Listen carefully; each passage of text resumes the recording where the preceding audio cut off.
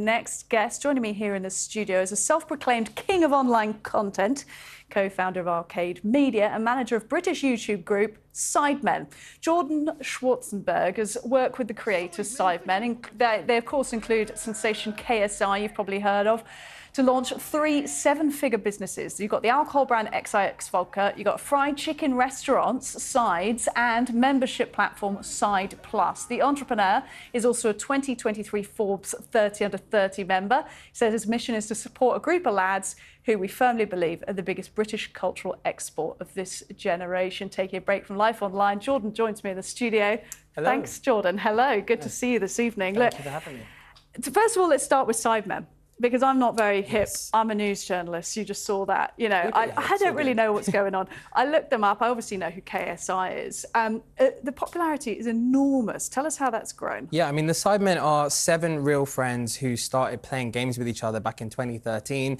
And what was a passion, really, through GTA 5 became, as I said, right, the biggest cultural export of this generation. Over 244 million followers across all of their platforms, over 1 billion views every single year on their channel, hitting over 200 million people in America every year as well. Like I go to see ITV and other big channels, and the numbers that the Sidemen get on their Sidemen Sunday show, which comes out every single week, is bigger than the shows that ITV are putting out, which maybe they spend 5 to 10 times as much money. The Sidemen really are one of those things where if you don't know, ask your kids, because they will definitely know. And yeah, it's exciting to think after 10 years where they've been, what's the next 10 years look like? And that's you really raise a really key point there. You know, linear television broadcasters are trying to get big numbers, and you guys on YouTube are just churning out tens of millions every day, hundreds of millions. I mean, it's extraordinary.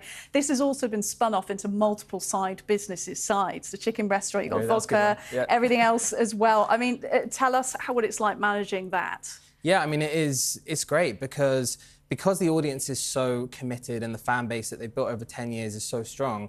It allows us the opportunity creatively to provide as much value to that fan base as we can in various different ways. So launching a vodka brand for the older fans who've grown up over 10 years, they maybe started watching them when they're 9, they're now 19, whatever that might be.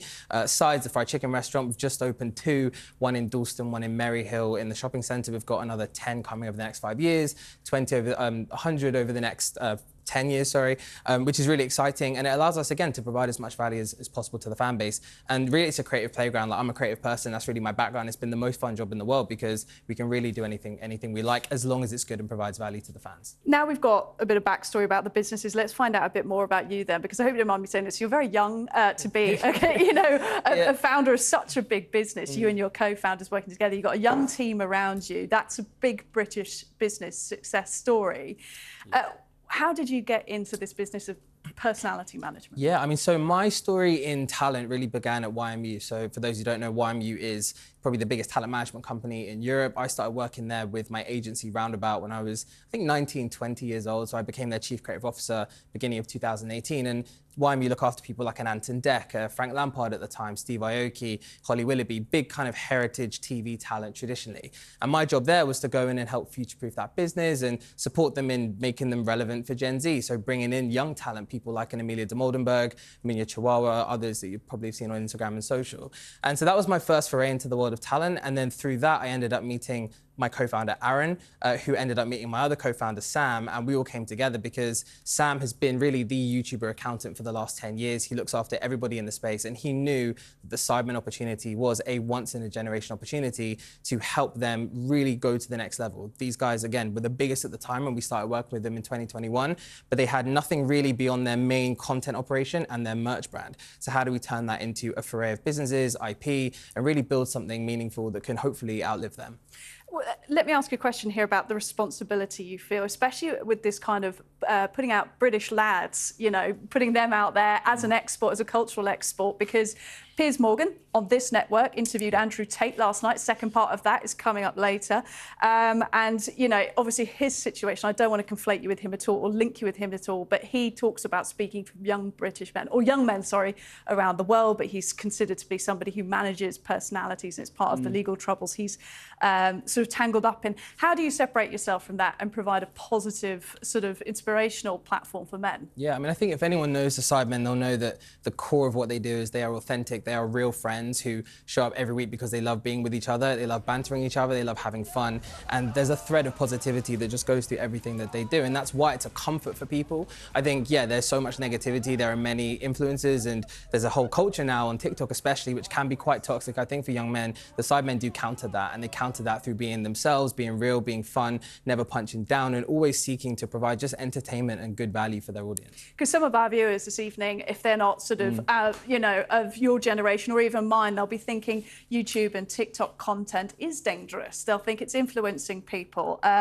So in terms of your responsibility, do you feel like you've got that responsibility? For sure, and the Sidemen know that better than anyone. And look, everyone makes mistakes. There are times when we don't get it right. There are times when they don't get it right. But we have the infrastructure to really try and make sure that we get it right more than we get it wrong. And I think, yeah, for sure, they represent, in a way, the consumption habits of a generation who are tuning in every single week. They need to make sure that they're producing great content, but they are also doing it in the right way. And that goes through all of our brands as well. Nothing we do wants to ever seem like it isn't truly because we believe in the brand, we believe in the product, and we want the best for the fan base, ultimately. Now, let me ask you this. As a boss or one of them Yes. of your business, so you've got a team around you, what is a good day in business for you? What is a good day at Good work? question.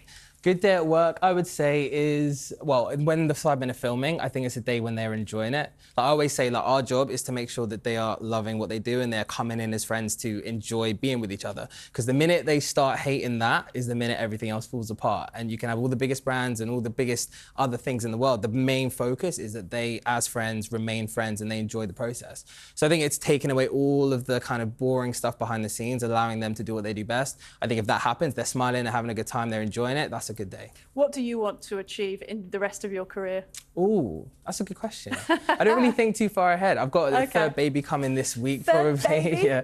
So I think for me, it's around family and making sure that, again, the Sidemen are happy, that the business is flourishing, that things are going well, and that, yeah, everyone at home is all good. Congratulations on that news, and very inspiring indeed. Look, Jordan Schwarzenberger, it's been fascinating speaking to you. Thanks so much.